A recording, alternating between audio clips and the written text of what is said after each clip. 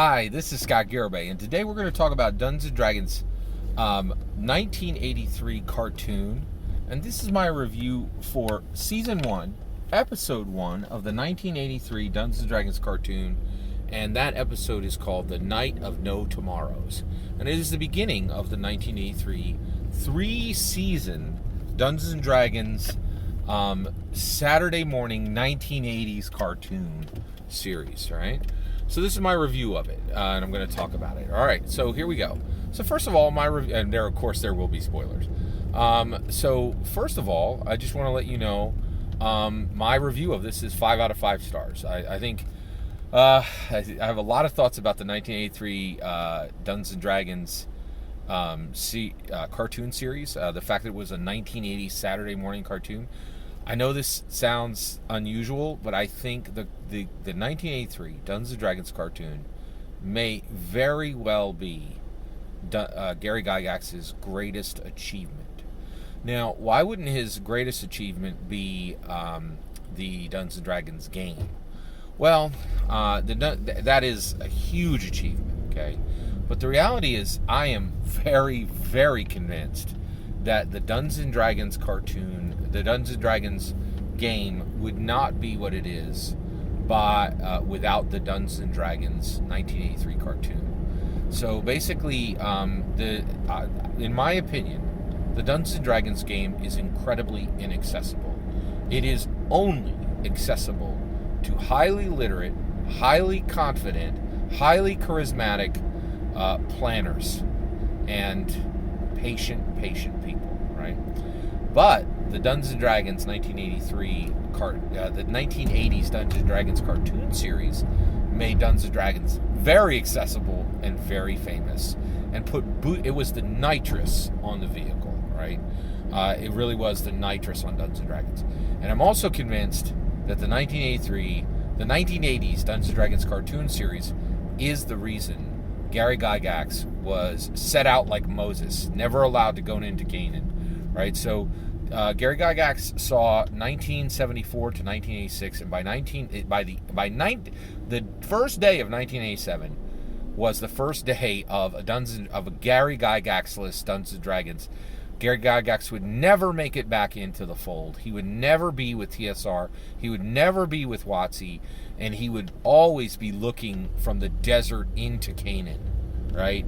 And I am 100% convinced that the 1980s Saturday morning cartoon Dungeons & Dragons guaranteed the success of Dungeons & Dragons for I think at least 2 centuries to come, and at the same time made it so that Gary had no place within the official Dungeons & Dragons fold. Incredible. So let's talk about the episode. So what happens is it opens up with that famous opening, and the roller coaster rolls forward, and I'm going to say the names, and I'm going to say their character, what they turn into right now. And at that moment, when the roller coaster rolls through with those 6 young adults and children, basically they become Hank the Ranger, Eric the Cavalier, Sheila the Thief, Diana the Acrobat, Bobby the Barbarian, Presto the Magician, and they immediately meet Uni and Dungeon Master. And all that happens in the first episode, okay? What gets even crazier is we are in the first. One of the things that's amazing about the show is it's so powerfully consistent, and it really does just this tremendous job of presenting these powerful characters so beautifully. And the action starts right away. The relationship between the young adults and the young adults. Bobby is in there too. I'm just going to say young adults. Bobby is a child, which is very unusual that he's there. But these young adults, once they're into the Dungeons & Dragons world, which I very much think is Faerun, once they're in Faerun, they take on these classes, right, and they become Dungeons & Dragons characters. The other thing is there's a lot of clues that Eric and Bobby and Diana and Sheila and Hank and Presto were Dungeons and Dragons players when they come into the world, right? Very, very unusual. Really, really shocking, actually. And so they come into the world, and they're there in the world of the Dungeons and Dragons, in the Dungeons and Dragons world, and they've left Earth, and immediately they are presented with their first opponent and their preeminent opponent, which is Venger. So Venger is an incredibly powerful wizard. I think to this day, no one has any idea what Venger is as far as his race. He's larger than human, right? He might have been a Goliath, possibly, right? But he is a humanoid, a tall, large, menacing humanoid who has the powers of easily a ninth level wizard, right? So Venger attacks them immediately. He's riding essentially like a nightmare horse that it's not a nightmare because it has wings, right? So it's almost like a nightmare with Pegasus wings that are bat-like wings. So we get introduced to Venger right away, and this is where it gets crazy. In the first episode, wow, I cannot believe I'm saying this, Presto summons Tiamat, okay? And he uses Tiamat to shoo off Venger, right? And at this point, everybody meets Dungeon Master. And Dungeon Master is an incredibly strange character, right? So Dungeon Master is their Dungeon Master, but he is a character in the world, right? He's not just some disembodied narrator who's speaking to players. He is a physical person, right? He might be a gnome. He might be I think he's a little too small to be a halfling.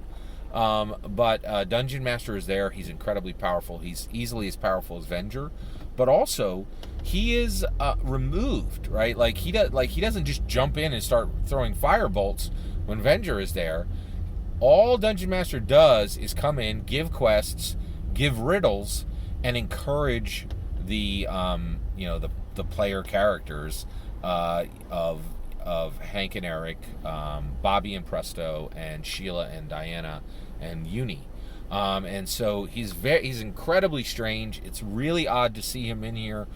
He is 100% delightful. Dungeon Master is just a real joy in the show.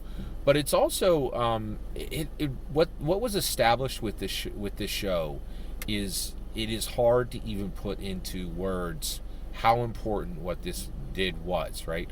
So in 1974, you have this like unprecedented new narrative engine, right? So Gary Gygax says this is the way that humans tell stories going forward, right? It's one Dungeon Master with 4 players, and that Dungeon Master will craft a world for those players. Those players will inhabit the world. And this is the incredible part of what Gary did. He said essentially, the author has full control, but not here, right? The author is bound by the dice, and the author is bound by the players, right?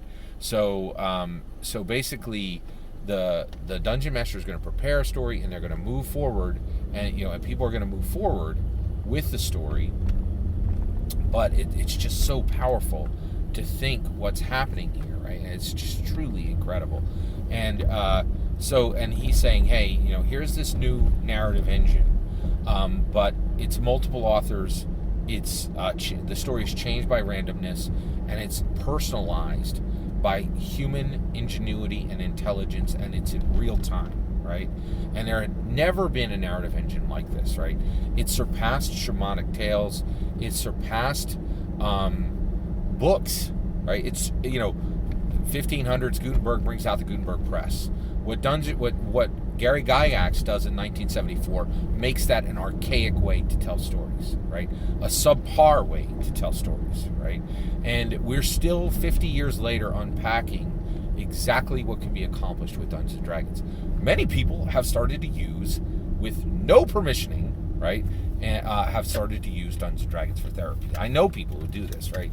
They're like, I can't afford a psychologist, but I can afford to inhabit another identity, and this helps me parse out my problems, right? The ramifications of what can be done with Dungeons & Dragons is so huge, right? Well, but the problem is it was incredibly inaccessible, right? Because it was really only accessible by people who were hyper intelligent, hyper organized, hyper creative, hyper charismatic, and courageous, right? And that's not a lot of people in the world. That is not a lot of people in the world. So Gary Gygax knew that what he had created was inaccessible, and then he bolted it to, something that would pull it, that was the ultimate inaccessibility. Tell me one thing on the planet that is more accessible than Saturday morning American cartoons of the 80s. Nothing, right? Like, they're the most, like, they were consumed by the children of those days. They are consumed by the people who are decades older, still later. They are consumed by new children now, right? So Gary bound something that was highly inaccessible to something that was highly accessible. 5 out of 5 stars. The Night of No Tomorrows, Season 1, Episode 1 of the 1980s Saturday morning cartoon, Dungeons & Dragons cartoon, is as flawless as anything a human can make. It is just the best, and I highly encourage you to check it out.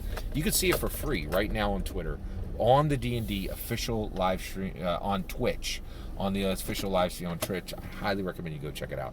Well, that's my opinion. I'd love to hear your thoughts on the 1980s Saturday morning cartoon Episode 1, if you've ever seen it. Thank you very much. Please consider liking and subscribing, and have a wonderful millennium.